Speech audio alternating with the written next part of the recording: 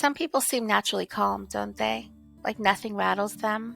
But peace, it's not a personality trait, it's a practice. It's something you build moment by moment. Not because you were born chill, but because you keep choosing calm over chaos. Peace doesn't mean life is quiet. It just means you don't let everything loud steal your center. Like when you get an upsetting text, but instead of reacting, you close your eyes and take one deep breath. That's peace.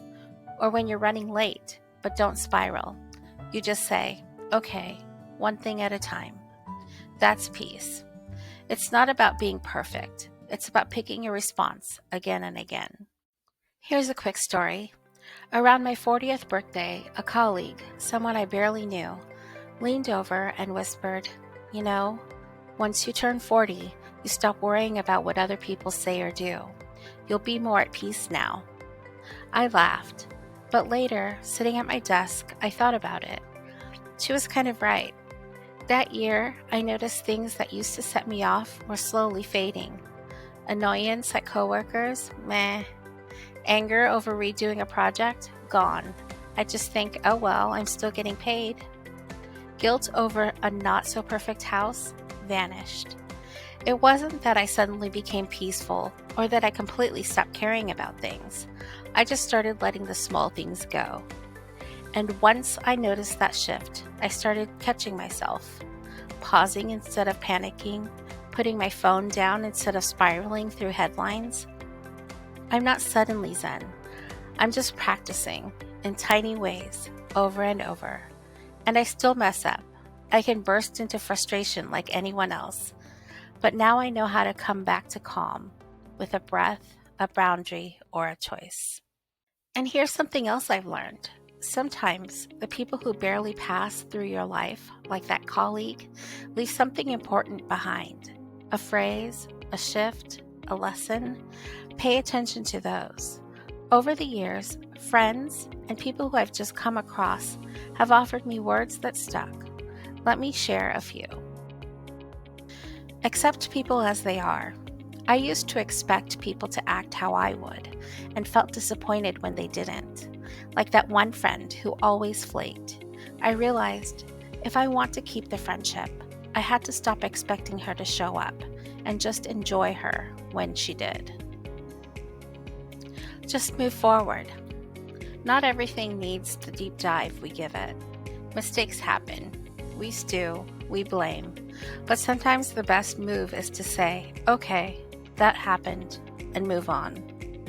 Name what you feel, and then let it go. You've heard me say this in my other videos, and that's because it works. Pause and ask, what's bothering me right now? Say it out loud. Write it down. Half the weight comes from not naming it. Schedule random days off in advance, without guilt. These will give you days to look forward to when your work days are hard. These aren't days to run errands or go to appointments. These are days for you to relax and recharge. You're allowed to rest, and trust me, work won't collapse without you. Have faith they'll figure it out, and you'll come back stronger. Sitting in stillness. Though this seems like the simplest, it was the most difficult for me. No scrolling, no phones, no music. Just sit in silence for a minute. It brings you back to the present. And no, it doesn't have to be a formal meditation. Stillness can be sitting in your car for a minute before going inside, or taking a breath in the shower, or lying on the couch without picking up your phone. Just being. Some days, finding time to practice these things feels impossible. Like when your kid is screaming, your phone's blowing up, and you're late again. Those are the moments peace isn't a big choice. It's a tiny one. You pause instead of snapping. You take one breath, even if it's messy. You whisper to yourself, this won't last forever. Peace isn't pretending things are okay. It's knowing you'll be okay, even when they're not. And on the days you don't get it right, that's okay too. That's part of the practice. Peace also looks like protecting your space, even if it disappoints other people. Not answering that call right now, leaving a text unread because your energy's too low, saying no without explaining yourself. You're not being rude, you're being responsible for your energy. It's not selfish to protect your peace. It's how you stay grounded so you don't break under the weight of everything else. Choosing peace isn't always easy. It's like strength training.